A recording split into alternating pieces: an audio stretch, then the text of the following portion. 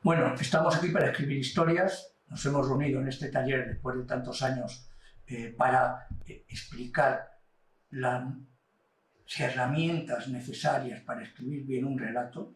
El taller de relatos urbanos lo que trata es de dar la manera que la gente que escribe entienda, sepa las claves de la escritura. ¿Para qué? Para no cometer errores inútiles y sobre todo para no dispersar lo que es el relato.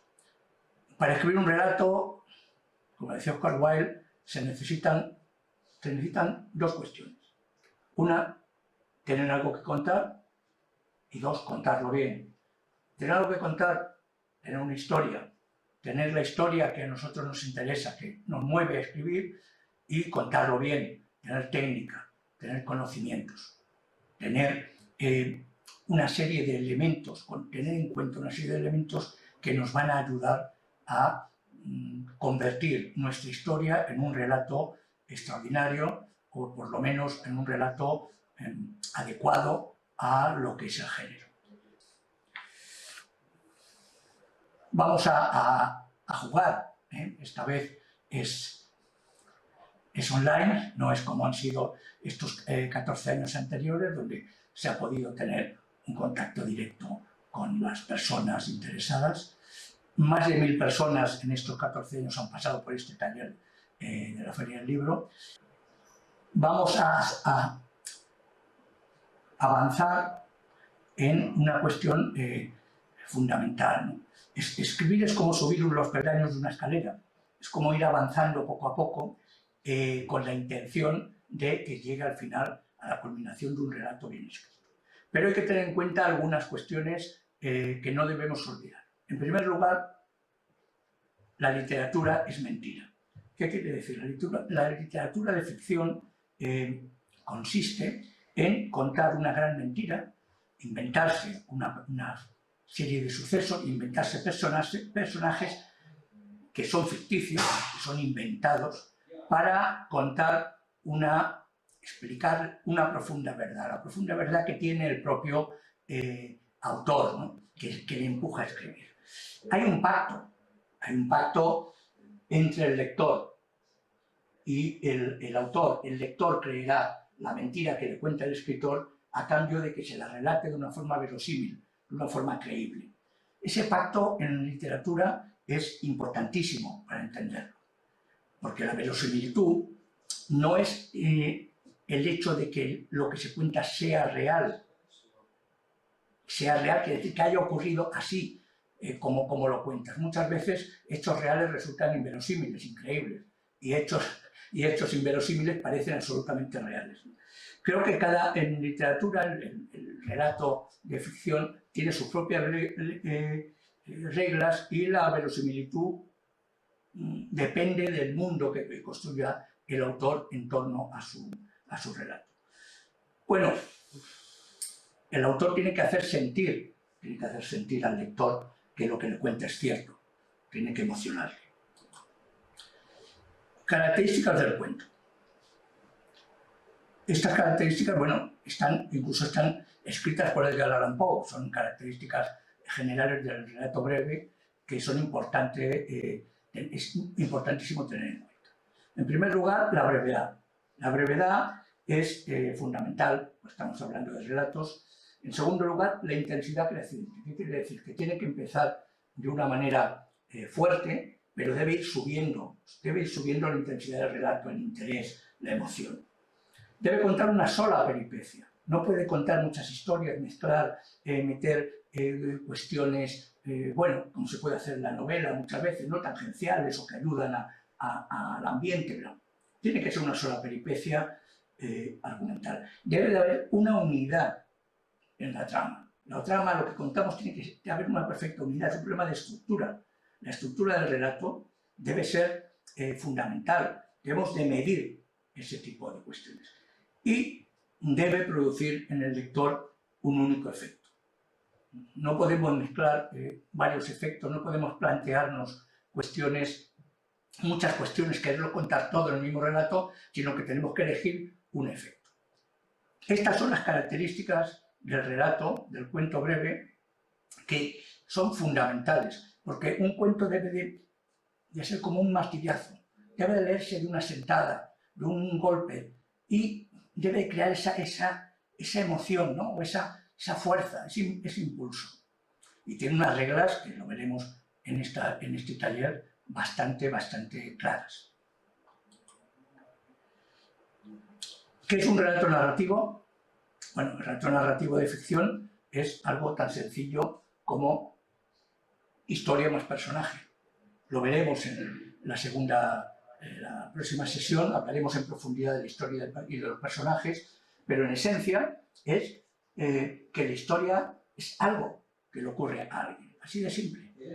La historia, a la hora de plantearnos la historia que vamos a contar, hay que tener en cuenta que tenemos que tener qué se cuenta, cómo se cuenta, dónde se cuenta y a quién le ocurre o a quiénes le ocurre. De los personajes hay que explicar cómo son, cómo hablan, cómo piensan. Hay que saber todas esas cuestiones a la hora de escribir.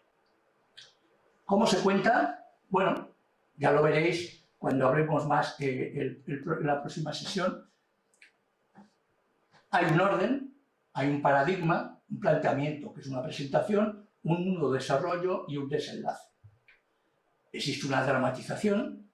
La dramatización radica, evidentemente, en que ponemos aquellos temas emocionales de interés, aquellos temas con los que vemos que el lector puede identificarse con la historia que le estamos contando. Eso es fundamental. Y hay que dosificar la información, que es la tercera característica. Hay que crear intriga. No hay que dar todas las respuestas en el relato, no hay que explicarlo todo. Hay que dosificar la información que vamos dando mientras el relato va avanzando para que el interés del relato no se pierda y para que le demos esa fuerza que tiene que tener para crear esa emoción en el lector. Uno de los errores fundamentales de escritores novatos es decir, es que empiezas a contar, y es como un informe, casi prácticamente estás dando un informe. Dices, explicas todo, y lo que haces es quitarle fuerza al relato y convertirlo en algo más frío de lo que debe ser. Y está mostrado, o sea, que sugerir que las imágenes concretas que estás leyendo las imagines, hacer que el mundo, hacer vivir al lector en el mundo de los personajes, dejar que actúen y sientan por sí mismos, mientras que decir es la idea directa, ya lo hemos dicho, abstracta. El narrador cuenta los hechos como si estuviera haciendo un informe casi jurídico. El personaje se retrata a sí mismo. ¿Cómo se retrata a sí mismo el personaje en un relato? Debe de retratarse. ¿Qué quiere decir? Quiere decir que el personaje lo conocemos viéndole actuar, viendo cómo se muestra en sus hechos, cómo hablando mediante los diálogos, mediante los monólogos, escribiendo mediante cartas, diarios íntimos y pensando mediante los flujos de conciencia, mediante el monólogo interior, pensando las cosas. Esas son las herramientas que tenemos para que el personaje principal, o los personajes en el que nos cuenta la historia, se retrate a sí mismo, se muestre como es. Otra cuestión fundamental es quién lo cuenta. Hay dos maneras generales de contar las historias. Desde el exterior, mediante, en tercera persona, el narrador omnisciente que lo sabe todo, que está en todo, que es el que lo controla absolutamente todo, pero está desde fuera de la historia, y desde el interior. Desde el interior es la primera persona, es cuando el narrador es el propio protagonista o es un personaje del relato, un secretario, como decía, un evangelista, que le decía Borges, ¿no? Es, por ejemplo, el caso clásico de secretario en la narrativa moderna, actual y de los últimos siglos, es Watson. Watson es el que explica las aventuras de Sherlock Holmes, es el narrador de la historia. Es un personaje que está junto al héroe relatando todos sus avatares. Existen otras variantes. Hay una posibilidad de una segunda persona que es muy recogido de la poesía, tú, y y estás hablándole a una segunda persona. Y luego hay muchísimos métodos. Hay muchísimos métodos que se pueden utilizar. Por ejemplo, está primera persona disfrazada de tercera. O sea, tú solo cuentas lo que sabe el personaje, pero utilizas la tercera. Nosotros, un narrador coral, plural, nosotros que estamos aquí, eso lo hizo Juan Rulfo muchas veces.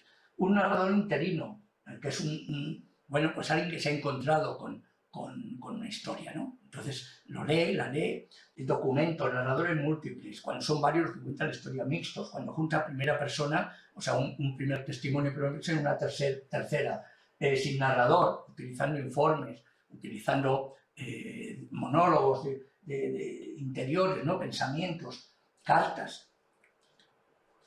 ¿Quién cuenta una historia? Es una de las preguntas fundamentales que nos tenemos que hacer siempre que tratamos de escribir un relato. Puede parecer que son muchas preguntas y muchas cuestiones, pero cuidado, aunque sea corto, y justamente porque es un relato breve, tiene que ser más intenso todavía que si hacemos una narración larga donde hay muchas posibilidades de utilizar muchos elementos complementarios. En los relatos, otra de las cuestiones fundamentales, otro de los peldaños que te sube es el tema de los diálogos. El tema de los diálogos hay muchos errores a la hora de plantearlo. En los diálogos tienen que configurar escenas, tienen que remansar e impulsar la acción. El diálogo sirve para explicarnos aquella información que no la mostramos en la acción, para darnos aquellos datos que necesitamos para que la historia fluya. Un diálogo tiene que hacer verosímil una historia, una información, y debe definir al personaje que habla. De alguna manera, la forma de hablar del personaje hace que también estemos describiéndolo, definiéndolo. Y en la novela, esponjar el texto, hacer que el texto sea menos duro, con párrafos menos densos, y poder hacer que pueda fluir la historia es una de las funciones que tiene el diálogo. En los diálogos hay que escribir lo fundamental, no reconstruir el diálogo como si fuera un diálogo real, eso que sales por la mañana y dices buenos días, etcétera, etcétera, sino tienes que ir en los diálogos al corazón de la historia que estás contando. Cuando escribimos nos encontramos con algunas cuestiones interesantes. Normalmente hay una especie de prurito cultista por el cual decimos vamos a usar palabras raras o palabras en desuso o palabras que no son de este momento a lo mejor, o que son muy enrevesadas, para demostrar lo cultos que somos, para demostrar lo literario que somos. La literatura no es eso. La literatura no son buscar palabras raras o palabras cultas para decir algo que se puede decir con palabras claras, con palabras que explican absolutamente todo. Hay una frase famosa que dice una palabra rara en una página es como un adoquín levantado en la calle. No hay nada peor para un lector aficionado que lee mucho, un lector culto, que tenerse que detener en un relato, sobre todo, para ir al diccionario a ver qué ha querido decirnos el autor. Eso es un adoquín en el que tropieza mucha gente primeriza. Y se estropea. Además, se estropea el más bello pensamiento. Esa es una reflexión de Solón, ¿no? La palabra es el espejo de la acción y una palabra mal colocada estropea el más bello pensamiento. Tenemos que pensar que en literatura, como en tantas cosas en la vida, pero en literatura el relato es la mitad es propiedad del que lo escribe y la otra mitad de quien lo lee. El relato y la historia que contamos se complementa con la lectura. Y eso hay que tenerlo muy en cuenta. Hay que tenerlo muy en cuenta porque escribimos para que los demás nos lean o para que otros nos lean. Y dentro de lo que es la construcción, otro consejo fundamental, que parece que no, pero es fundamental, es el tema de las puntuaciones, la coma, el punto y coma, el punto y seguido, el punto y aparte. O sea, el sentido que tiene es el sentido de las pausas y la comprensión del texto, el embellecimiento del texto mediante las comas y mediante los signos de puntuación. Y eso es muy importante plantearlo. Yo he puesto un ejemplo con mucho sentido de humor sobre la coma. Es un texto de Cortázar, de Julio Cortázar, que dice la coma, esa puerta giratoria del pensamiento. Y Cortázar escribe, Si el hombre supiera realmente el valor que tiene, la mujer andaría a 4 patas en su búsqueda, sin ninguna coma. Y luego explica. Si usted es mujer, con toda seguridad, colocaría la coma después de la palabra mujer. Si el hombre supiera realmente el valor que tiene la mujer, andaría a 4 patas en su búsqueda. Si usted es hombre, con toda seguridad colocaría la coma después de la palabra tiene. Si el hombre supiera realmente el valor que tiene, la mujer andaría a 4 patas en su búsqueda. Y para terminar esta primera sesión, unos consejos de Ernest Hemingway, posiblemente uno de los mejores cuentistas, escritores de relatos breves de la literatura moderna. Da consejos para empezar a escribir, que yo creo que es de lo que se trata, Escribe frases breves, comienza siempre con una oración corta, utiliza un inglés, castellano, un valenciano vigoroso, sé positivo, no negativo. La jerga que adoptes debe ser reciente, de lo contrario no sirve. Evita el uso de adjetivos, especialmente los extravagantes. La adjetivación es uno de los grandes errores de la literatura, de la escritura, cuando un autor empieza a trabajar. Nadie que tenga un cierto ingenio, que sienta y escriba con sinceridad acerca de las cosas que desea decir, puede escribir mal si se atiene a estas reglas. Un escritor, si sirve para algo, inventa y construye a partir del conocimiento personal e impersonal. Inventas y construyes a partir de tu experiencia, a partir de las historias que te rodean, del mundo que te rodea. Luego lo puedes disfrazar o vestir de forma fantástica. ¿Sobre qué escribir? Esa es una gran pregunta.